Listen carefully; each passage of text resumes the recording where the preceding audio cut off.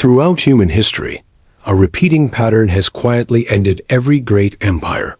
Not conquest, not revolt, not invasion, but the silent killer of all economies: currency collapse. It's a cycle that plays out almost identically every time. The Roman Empire, which once ruled much of the known world, fell when its money lost all value. Spain, which possessed more gold and silver than any other nation ever recorded, eventually went bankrupt again and again until its empire was gone. Britain, the master of global trade for 2 centuries, lost its worldwide dominance when its currency crumbled. 4 times in known history, the same fatal chain of events has occurred: military overreach, reckless spending, debasement of money, inflation, collapse of confidence, and the fall of an empire. And every time, the rulers believed they were the exception. They thought their empire was too powerful, too advanced, too unique to fail. But they were wrong every single time. Now, in the year 2025, the United States appears to be walking down that same dangerous road, step by step, warning by warning. The question is, are we at the beginning, the middle, or the end of the pattern? This is the story of how great powers destroy themselves through their own money, how it happened to Rome, to Spain, to Britain, and why it might be happening again. Let's start with ancient Rome, the superpower that ruled Europe, North Africa, and the Middle East for over 500 years. At its height, the empire governed about 60 million people spread across 3 continents. Its army was unmatched. Its architecture and infrastructure were centuries ahead of their time, and its currency, the denarius, was trusted from the shores of Britain to the deserts of Egypt. When first introduced in 211 BC, the denarius was a pure silver coin containing roughly 4.5 grams of silver. For centuries, its purity was carefully maintained, and that stability built unshakable trust. Every Roman knew that a denarius meant real value. That trust allowed Rome to fund its conquests, pay its legions, and build the most advanced civilization of its era.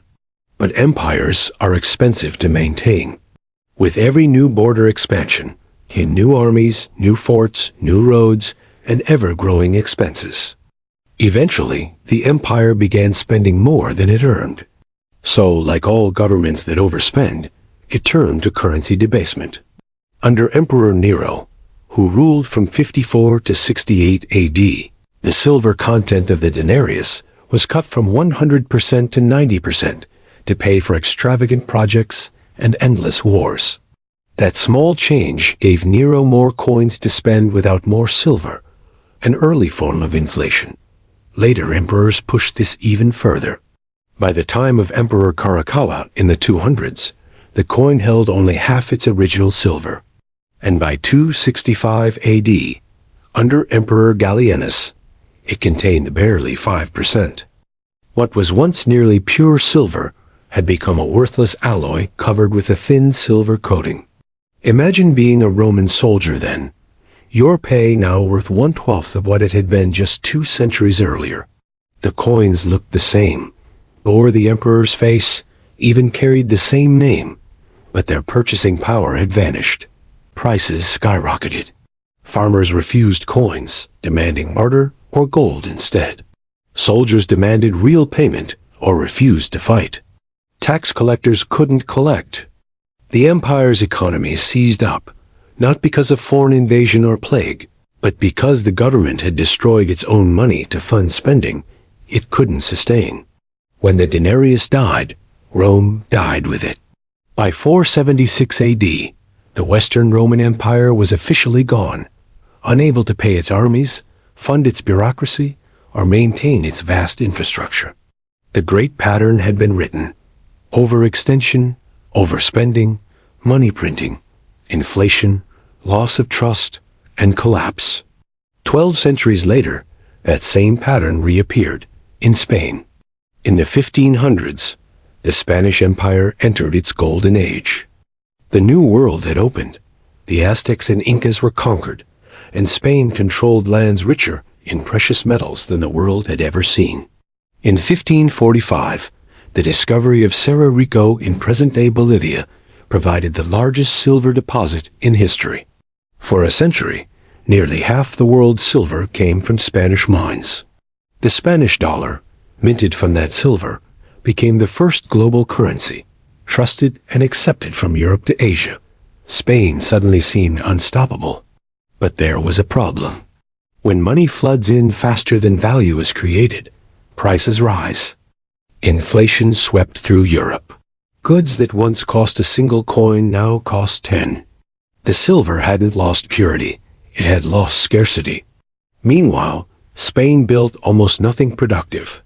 Instead of investing in industries, innovation, or trade, it spent its fortune on endless wars, royal luxuries, and imports from other nations.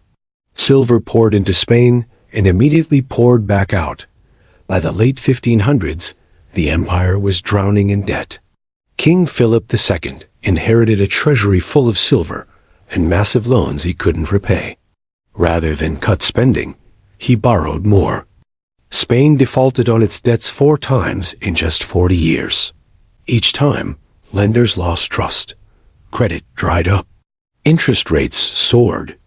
And to cover shortfalls, the government debased its coins, mixing copper with silver until no one trusted them either. By the 1600s, Spain's economy was collapsing, its armies unfunded, and its empire disintegrating. Next came Britain, the largest empire in history. By 1922, it ruled 1/4 of the world's population and land, with a currency, the British pound, trusted globally.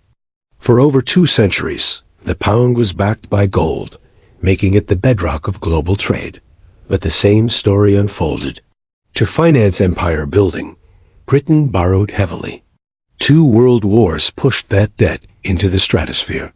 In 1914, national debt stood near $650 million. By 1919, it exceeded $7 billion. To fund the First World War, Britain suspended the gold standard and printed massive amounts of money. After the war, it tried to return to gold at pre-war values, a move that strangled the economy. By 1931, it was forced off gold for good. Then came World War II. By 1945, Britain's debt equaled 270% of its GDP. Entire cities were destroyed, and the empire was financially ruined. In 1944, global powers replaced the British pound with the US dollar as the world's reserve currency. The empire never recovered. Repeated currency devaluations followed in 1949 and 1967. Inflation soared, savings evaporated, and colony after colony broke away. Within a few decades, Britain had gone from global ruler to economic struggler. Now, the United States stands where they once stood. Since 1944, the US dollar has been the world's reserve currency. Originally backed by gold, it symbolized trust and stability. But just like Rome, Spain, and Britain, America began to spend beyond its means, financing wars, welfare programs, and global military dominance. In 1971, President Nixon ended the gold standard completely. The dollar became pure fiat, backed only by government promise. At first, it worked. The petrodollar system created constant demand for U.S. currency. But the spending continued, the debt grew, and the printing presses never stopped. In 1980, U.S. debt stood at under $1 trillion. By 2000, it was over $5 trillion. By 2020, $27 trillion. Now, in 2025, it exceeds $36 trillion, rising faster than ever. The Federal Reserve has printed trillions since 2008 under the name quantitative easing. During the pandemic, over $4 trillion appeared in just 2 years. Inflation hit levels not seen in generations. The real cost of living, food, housing, healthcare, climbed far higher than official numbers suggest. Meanwhile, confidence in the dollar is fading.